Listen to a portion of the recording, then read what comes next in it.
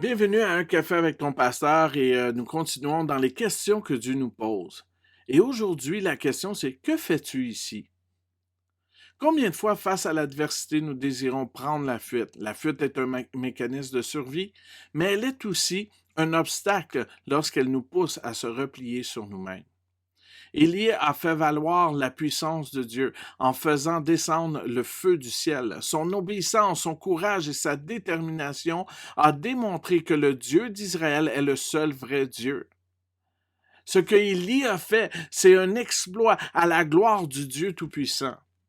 Lui, victorieux devant 450 hommes. Suite à cet événement glorieux, la reine Jézabel lui envoie ce message. Que les dieux me traitent avec la plus grande sévérité si demain à la même heure, je ne t'ai pas fait ce que tu leur as fait.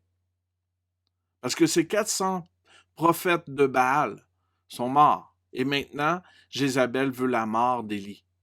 Devant cette femme et cette menace, Élie prend la fuite et demande à Dieu de prendre sa vie. Alors que le prophète est seul, caché dans une grotte, Dieu lui pose cette question. Que fais-tu ici, Élie? Élie ne répond pas à la question de Dieu, mais il s'apitoie sur lui-même. Et voici ce qu'il dit. J'ai déployé tout mon zèle devant l'Éternel, le Dieu de l'univers. En fait, les Israélites ont abandonné ton alliance. Ils ont démoli tes autels et ils ont tué tes prophètes par l'épée. Je suis resté, moi seul, et ils cherchent à m'enlever la vie. L'adversité nous pousse dans un monde ténébreux. Nous voyons nos accomplissements et tout, et nous sommes dans l'illusion qu'il n'y a rien de bon. Dans ce texte, Dieu place les choses en perspective. Et je crois que les choses que le Seigneur met en perspective vont nous aider aujourd'hui. Premièrement, il dénonce l'illusion de l'inutilité. La parole qu'il dit à Élie, c'est continue ton chemin. Arrête pas ici. Tu te crois inutile, mais j'ai encore besoin de toi. Tu es encore utile à mon service. Pourquoi? Parce que Élie, au chapitre 19, va aller consacrer des rois.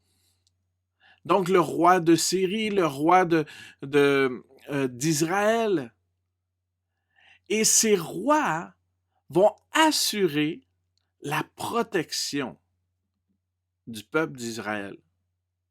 Ensuite, il dit, tu n'as pas fini parce qu'il faut que tu entraînes ou que tu sois un mentor pour ton successeur. Donc, tu vas prendre Élisée et tu vas marcher avec lui.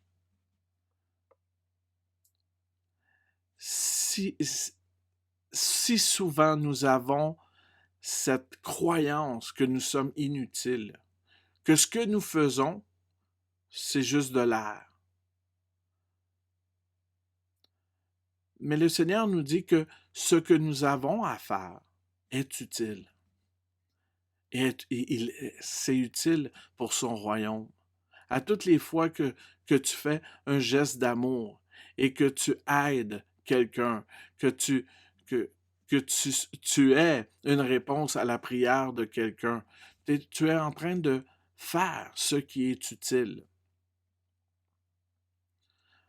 Donc la deuxième chose, c'est l'illusion de solitude. Hein, Élie vient de dire, je suis moi resté seul. Et Dieu lui dit, tu n'es pas seul.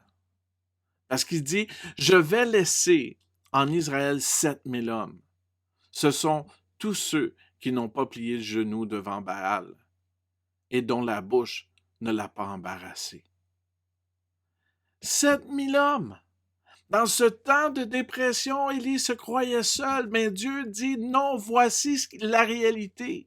Sors de ton mirage, sors de cette illusion. Il y a encore 7000 hommes avec toi, 7000 hommes qui sont là. Nous n'avons pas à passer les épreuves dans la solitude. Combattez-vous seul en ce moment. Comment pouvons-nous vous supporter? À l'Église chrétienne d'Antique, durant ce temps de pandémie, de confinement, nous savons qu'être ensemble est notre priorité.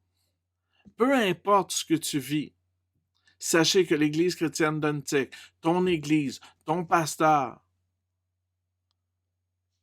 veut être à tes côtés. Vous n'êtes pas seul. Donc, peu importe ce que tu vis aujourd'hui, si tu es enfermé dans une grotte qui s'appelle la maison, le travail, ou encore ton fort intérieur, tes pensées, le Seigneur te dit, que fais-tu ici? Qu'est-ce que tu fuis en ce moment? Donc, si tu as besoin de parler, contactez-nous à info@commercialtonéglise.com. Ça va me faire un plaisir de te répondre. Donc, sur ce, merci d'avoir pris un café avec ton pasteur et reste béni.